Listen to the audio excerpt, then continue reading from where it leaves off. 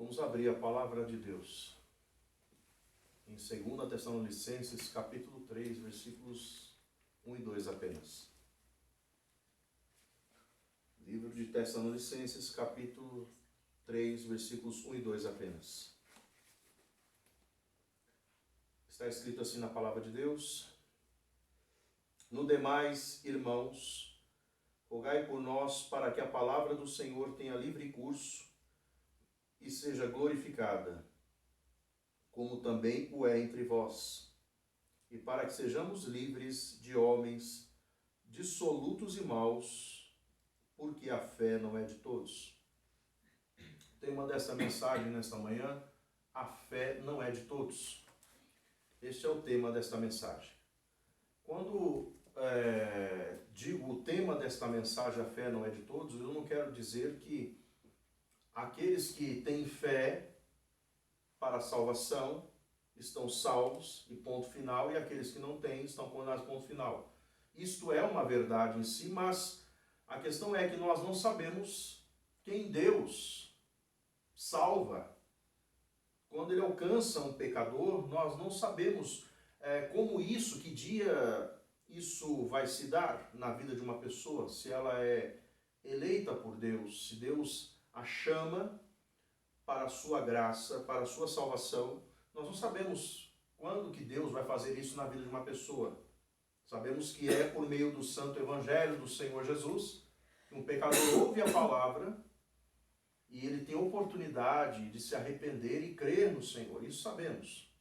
Mas não sabemos quando isso se dá, porque tem pessoas que ouvem a palavra várias vezes e depois de muito ouvir é que se convertem.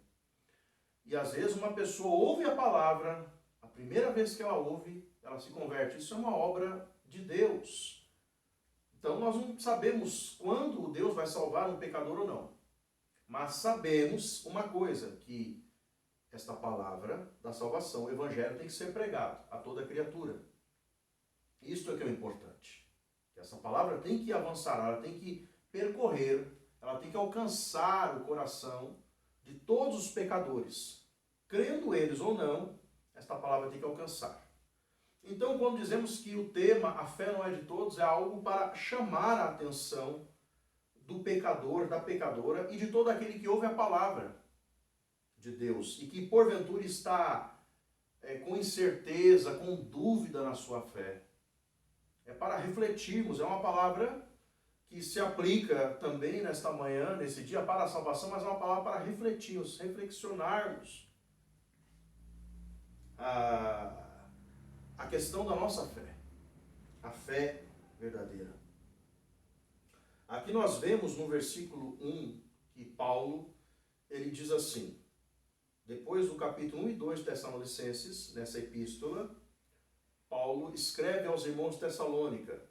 No capítulo 3 ele diz assim: No demais, irmãos, rogai por nós, para que a palavra do Senhor tenha livre curso e seja glorificada, como também o é entre vós. Então, aqui Paulo, ele faz uma petição para os irmãos de Tessalônica.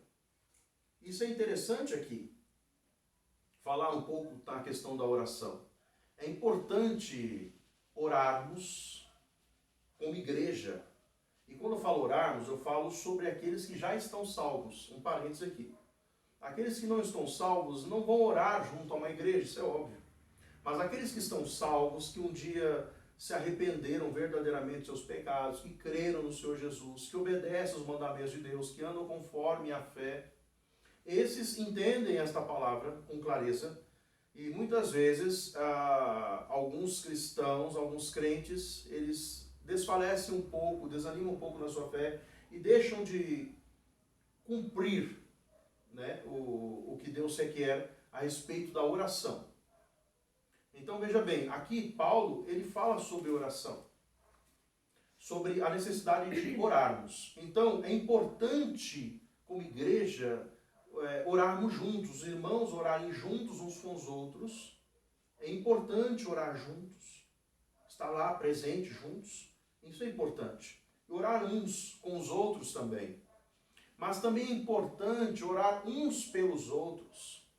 não só quando estamos juntos, nós vamos ao trono da graça de Deus em oração, para alcançarmos a resposta, né, a recompensa de Deus, por buscarmos o Senhor, levantarmos a nossa voz em oração, mas também é importante nós orarmos uns pelos outros também, e quando digo isso, estou falando estando ausentes na presença, não estando junto. Ou seja, vamos ao trono da graça, estando ausentes fisicamente uns dos outros, mas orando uns pelos outros. Isso também é uma forma de comunhão.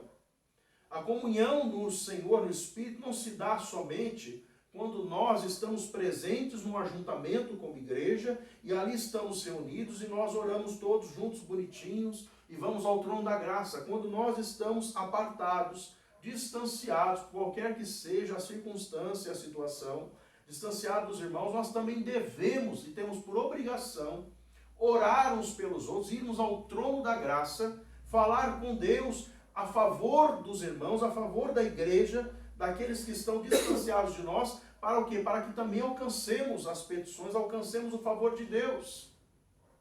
E isso é uma forma de comunhão, isso é uma forma de zelo, de amor, de fé no Senhor, de amor pelo Senhor e pelos irmãos. Então, isso é importante nós entendermos aqui. E Paulo entendia isso. Paulo tinha clareza a respeito dessas coisas. E aqui, quando ele começa falando, ele roga, ele pede que os irmãos orem. Ele roga, ele insiste para que os irmãos de Tessalônica orassem por ele. E é interessante aqui também, um parênteses, como é importante um ministro de Deus também ser humilde e reconhecer a necessidade de oração pela sua igreja. Oração pelos irmãos, não se achar um super espiritual porque ele é apacentador do rebanho de Deus, porque ele prega a palavra, ensina a palavra, cuida das almas que Deus colocou em sua confiança, mas ele também carece como um irmão em Cristo de oração.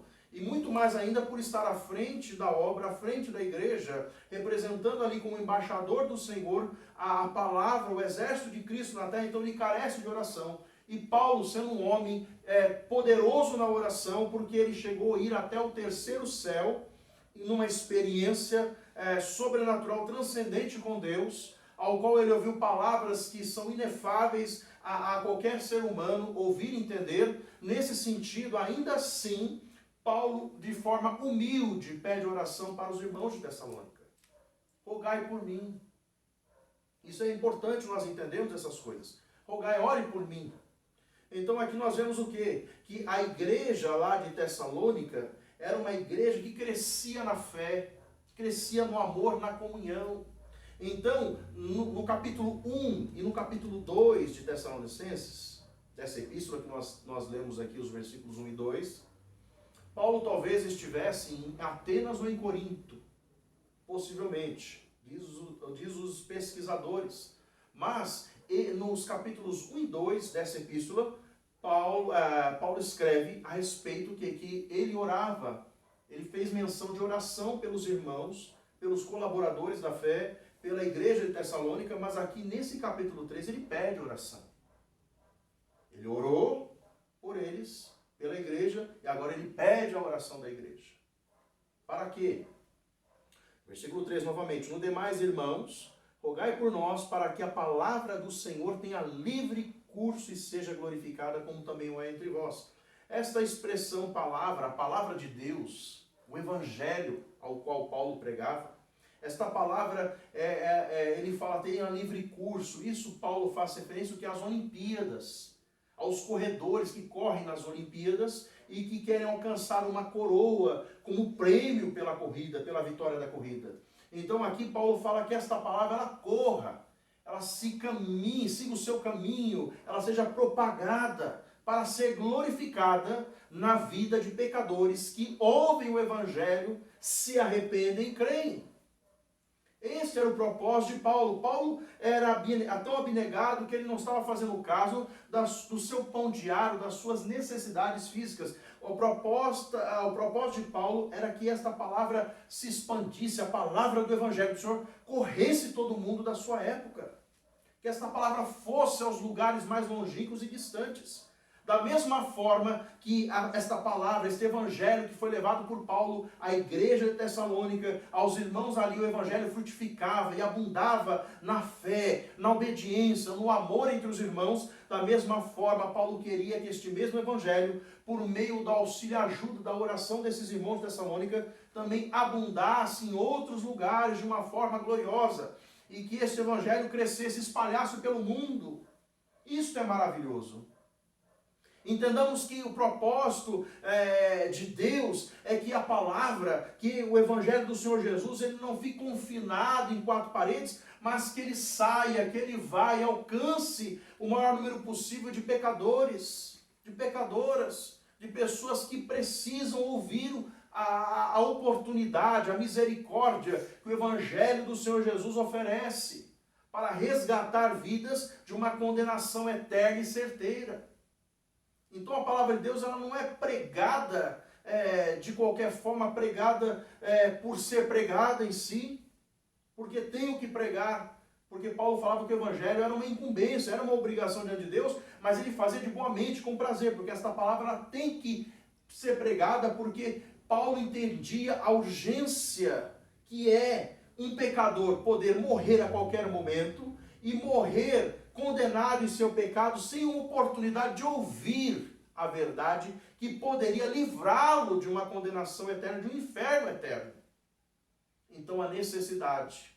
Por isso que Paulo pediu auxílio, a oração da igreja, porque a oração dos santos, elas ajudam, elas comovem, elas movem adiante do trono da graça como incenso diante de Deus, elas chegam pela intercessão do Senhor Jesus Cristo nos céus, pela obra e intercessão do Espírito aqui na terra. As orações dos santos, elas movem as ações de Deus a favor da igreja para que o evangelho ele possa prosperar, ou seja, através da oração, das petições dos santos, Deus pode remover empecilhos, impedimentos, para que a palavra tenha livre curso, ela corra livremente e alcance os corações dos eleitos de Deus.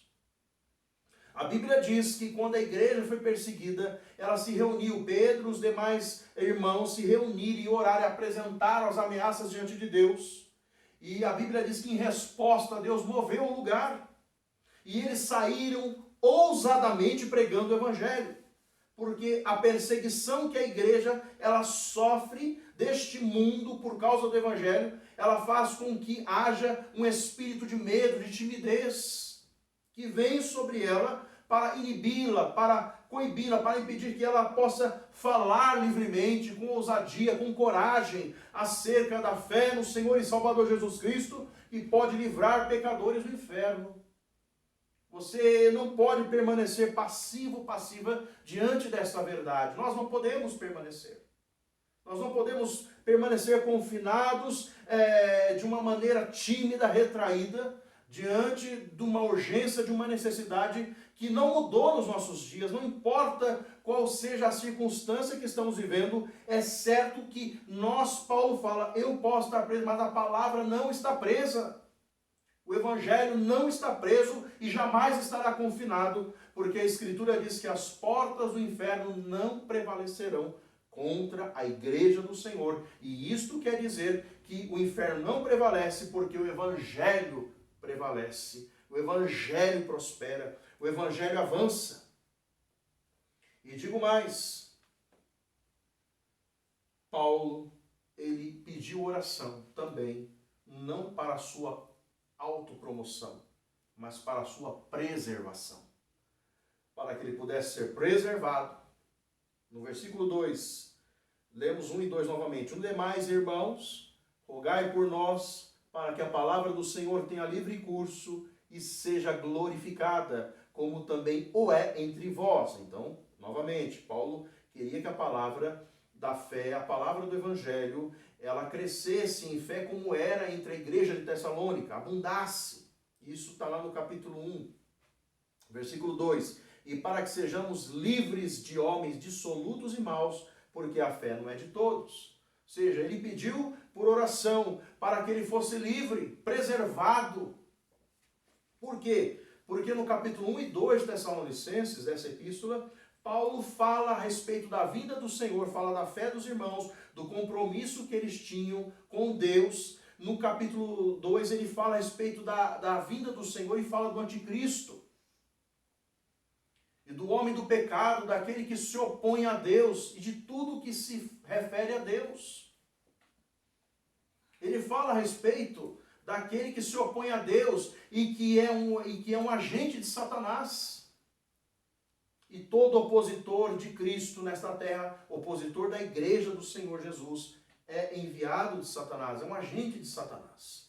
Então Paulo fala a respeito do anticristo no capítulo 2. E aqui ele faz referência para que Deus livre ele, preserve ele, daqueles que são adeptos, a séculos, seguidores de Satanás, seguidores do anticristo. Ou seja, daquele que faz oposição a Cristo, que se opõe, que se rebela, que vai contra Cristo. E todo aquele que não é da fé no Salvador, o Senhor Jesus, todo aquele que não crê no Senhor Jesus, ou ainda não creu no Senhor Jesus Cristo, todo aquele que não crê, todo aquele que ainda não creu no Senhor Jesus, ainda é filho do maligno, ainda é filho do diabo, permanece nas mãos do inimigo e é opositor da fé em Cristo. Então, quando Paulo fala que a fé não é de todos, nesse versículo aqui, ele também está falando o quê? Ele está falando sobre a fé verdadeira. Existe uma fé falsa, uma fé mentirosa. A Bíblia diz, em Tiago 2,19, vamos ler aqui. Uma fé falsa. Existe fé falsa? Existe. Vamos começar aqui, ó. Tiago 2,19. Tiago, irmão do Senhor, inspirado pelo Espírito, escreve assim: Tu crês que há um só Deus, fazes bem. Também os demônios o creem e estremecem. Tiago está dizendo que os demônios também creem em Deus. Uma fé falsa. Porque eles creem, mas não creem para a obediência, não creem para o amor, para a adoração, para a santificação, eles simplesmente creem em Deus. Sabem que Deus é, que Deus pode, mas eles são aversos, são rebeldes, são desobedientes, são opositores a Deus. Então existe uma fé falsa. Por isso que a Bíblia diz que a fé ela não pode ser fingida. E Paulo está dizendo aqui que a fé não é de todos. Vamos entender um pouco mais. Existem aquelas pessoas que buscam bênçãos materiais, que têm uma fé, entre aspas, em Deus, para buscar bênçãos materiais e prosperidade. Eles pensam assim: eu creio em mim que Deus vai fazer o que eu quero, o que eu digo. Observa bem, eu creio em mim que Deus vai fazer o que eu quero, o que eu digo. Existem pessoas assim, elas nem se apercebem que elas agem dessa maneira. Estão tão enganadas na sua incredulidade, que não é uma fé, é incredulidade. Não creem verdadeiramente no Senhor Jesus. Não fazem o que lhe agrada. Elas fazem o que agrada ao coração delas.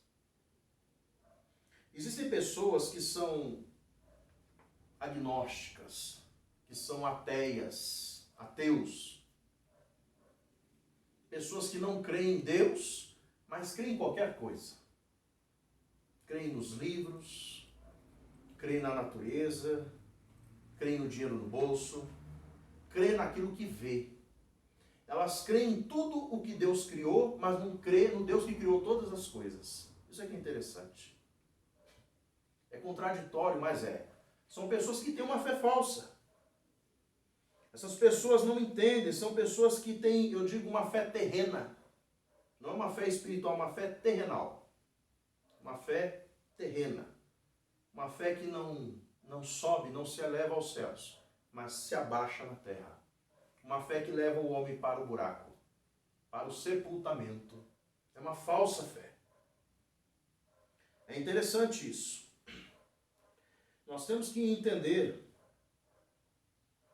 aqui nesse texto, que no versículo 2, Paulo, ainda falando aqui, para que sejamos livres de homens dissolutos e maus.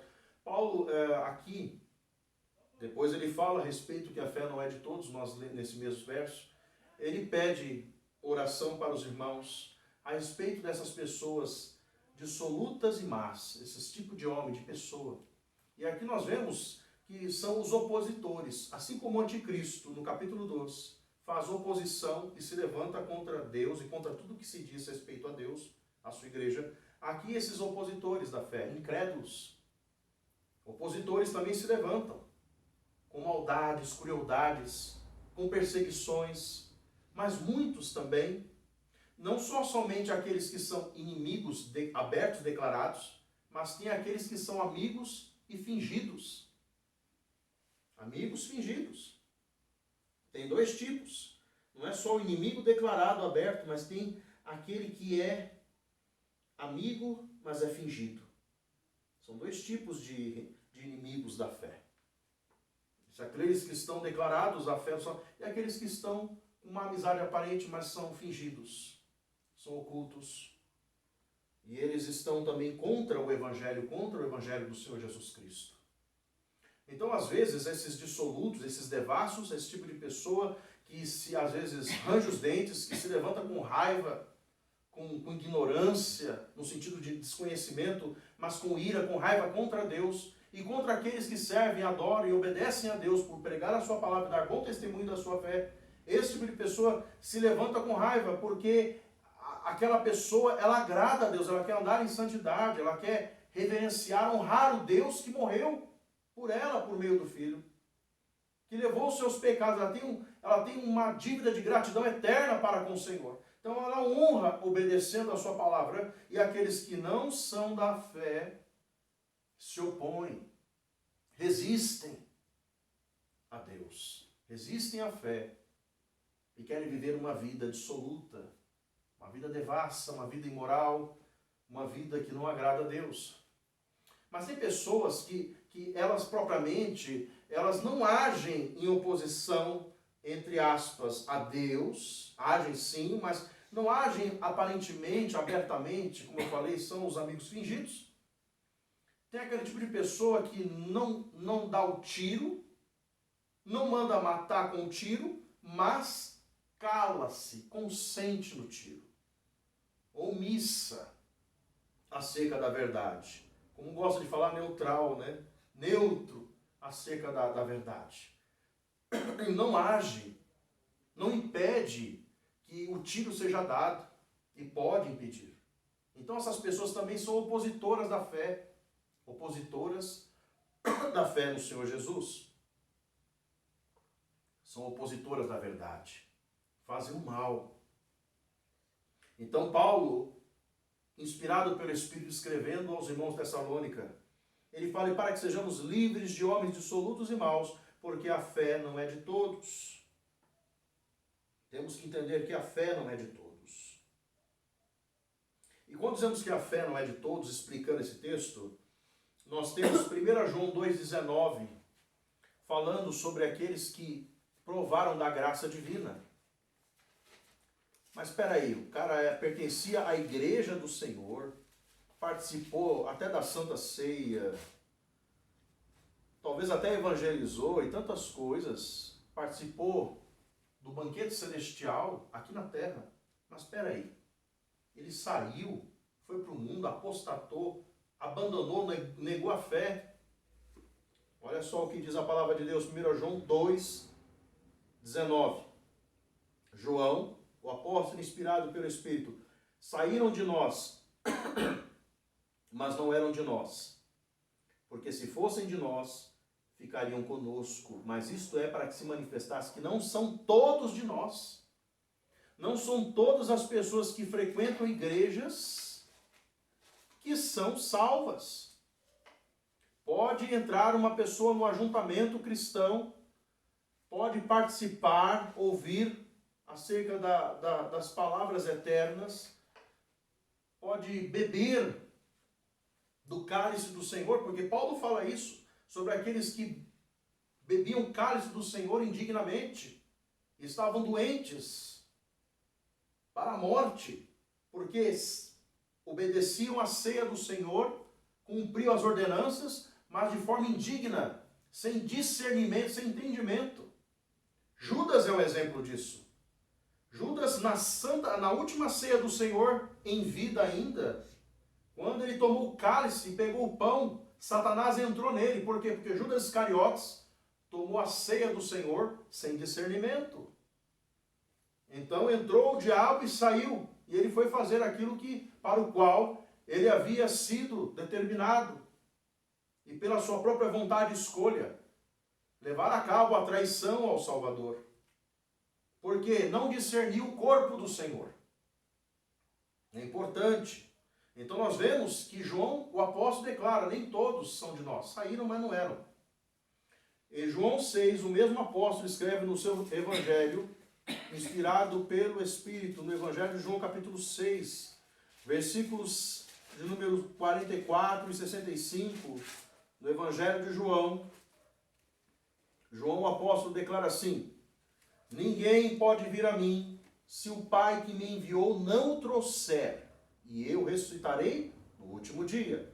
Versículo 65, ele dizia: por isso eu vos disse que ninguém pode vir a mim se por meu Pai não lhe for concedido. Ou seja, é Deus quem dá a fé, quem dá a graça para o pecador, para a pecadora se achegar a Cristo para ir a Deus o Pai.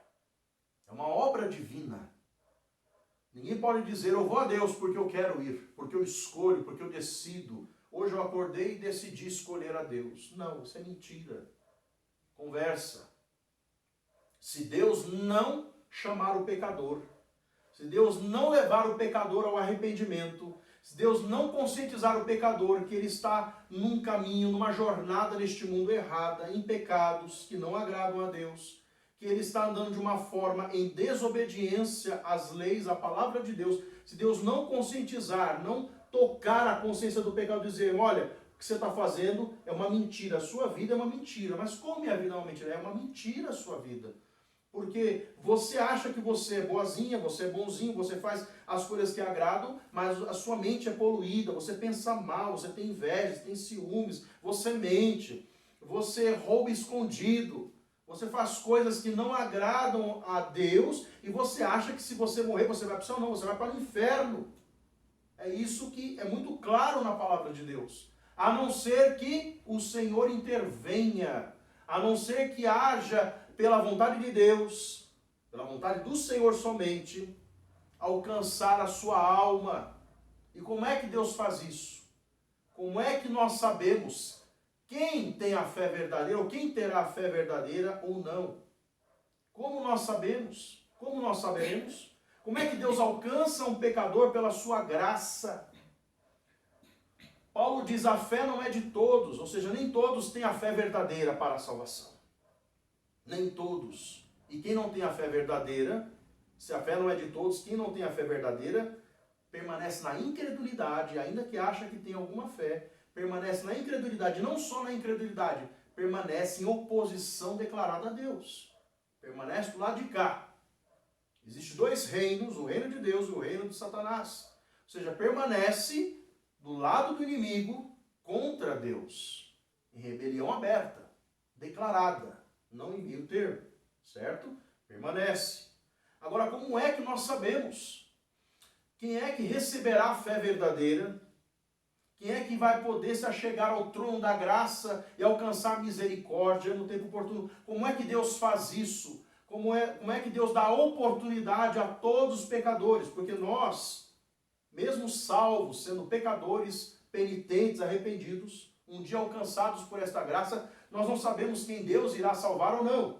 Ou quem Deus irá permitir que seja condenado ao inferno ou não. Nós não temos esse poder. Esse poder de onisciência pertence a Deus. Mas a nossa responsabilidade, como a de Paulo era pregar o evangelho a toda criatura, como o Senhor assim ordenou aos seus apóstolos, que ele enviou. Então Paulo sabia desta incumbência, desta obrigação, e ele fazia isso de boa mente, de amor a Deus, levar este evangelho a toda criatura. Então nós temos que entender que temos que levar este evangelho, esta palavra, com que corra livremente nos corações dos incrédulos, para que eles tenham oportunidade de vir a Cristo com verdadeiro arrependimento, conscientes da sua situação, que estão ofendendo um Deus santo, um Deus justo, Mas como é que esta fé ela pode se manifestar? Como é que ela pode ser revelada?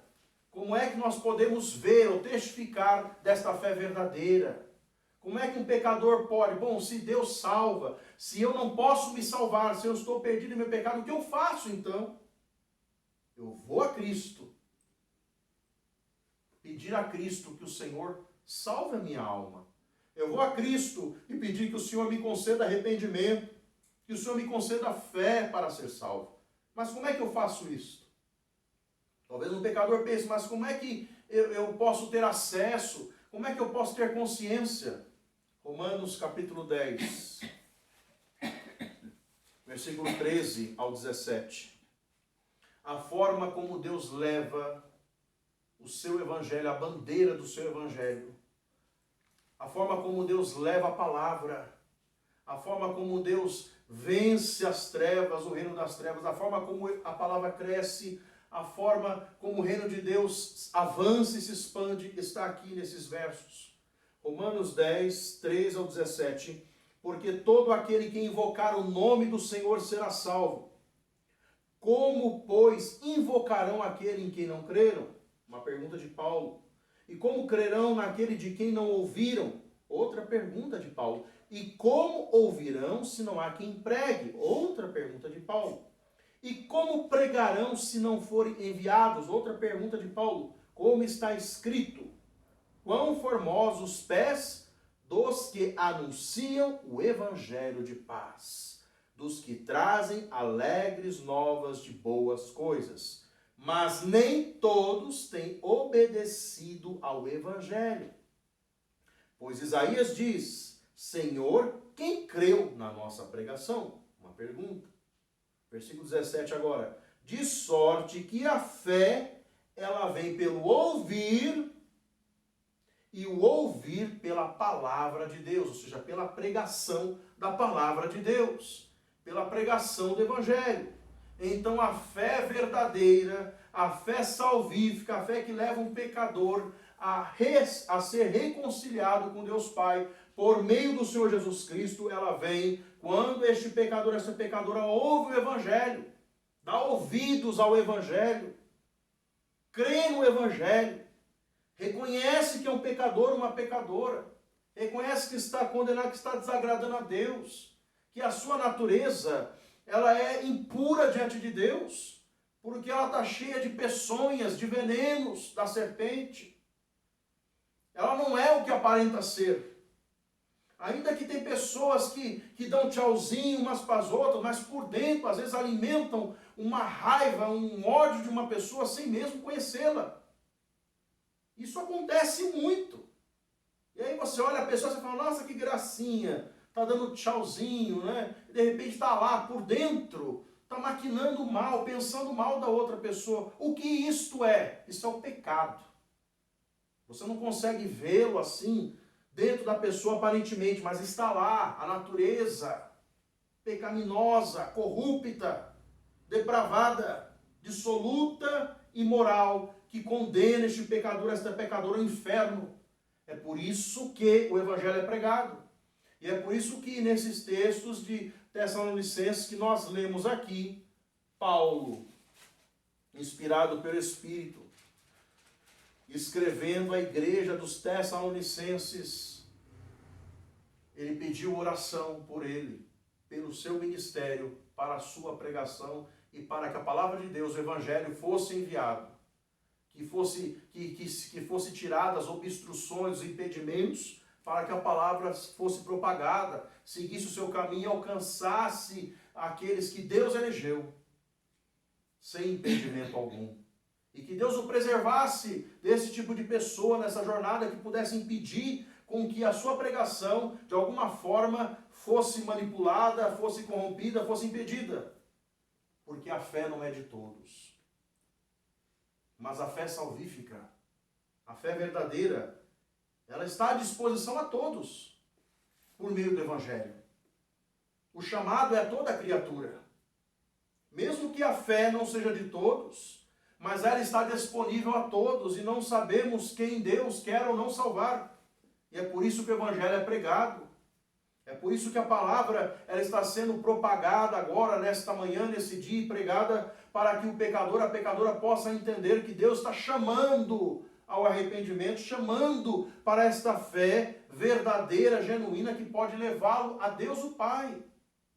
Não mais os seus caminhos, não mais a sua tradição humana, terrena, não mais os seus pensamentos vãos, vazios, não mais os seus cuidados com as coisas desta vida, não mais as suas preocupações, os seus apegos materiais, não mais essas coisas, não mais o seu conhecimento, a sua tradição familiar, não mais essas coisas. Deus chama o pecador, a pecadora, para que ele tenha um encontro verdadeiro com o Salvador, o Senhor Jesus Cristo, por meio do arrependimento, por meio de um reconhecimento sincero, verdadeiro, do seu pecado, da sua natureza ofensiva, e por meio de uma fé legítima, uma fé que agrada, uma fé que obedece. Porque existem duas fés na Bíblia que resultam numa fé prática: a fé salvífica e a fé como conjunto doutrinário. A união dessas duas fés, quando o pecador crê no Senhor Jesus, ele crê por meio da doutrina do Evangelho. Então, combinado essa fé, o pecador ele passa a operar, como Paulo fala em Gálatas 5,6, nem circuncisão nem incircuncisão, mas a fé que opera pelo amor, ele passa a operar, ele passa a amar a Deus, e ele ama a Deus obedecendo a Deus, santificando-se. Então, quando uma pessoa crê verdadeiramente em Jesus Cristo, ela obedece. Isso não é legalismo, isso não é sectarismo. Obediência às leis e mandamentos de Deus é para alguém que creu verdadeiramente, alguém que é salvo. Alguém que tem uma fé verdadeira vai obedecer, vai buscar obedecer a Deus. Vai se esforçar para obedecer e vai se esforçar para santificar-se, para agradar-se, ou seja, se separar cada vez mais desse mundo e se aproximar mais de Deus. Esta é uma fé verdadeira para quem ouve o Evangelho e dá crédito à pregação. Mas a fé não é de todos. A fé não é de todos. Que isso fique bem claro e que seja como uma reflexão, para que entendamos que Deus dá oportunidade a todos. A fé verdadeira, ela é pregada para que todos venham ao arrependimento, mas a fé não é de todos. Vamos orar. Que o Senhor aplique essa palavra aos nossos corações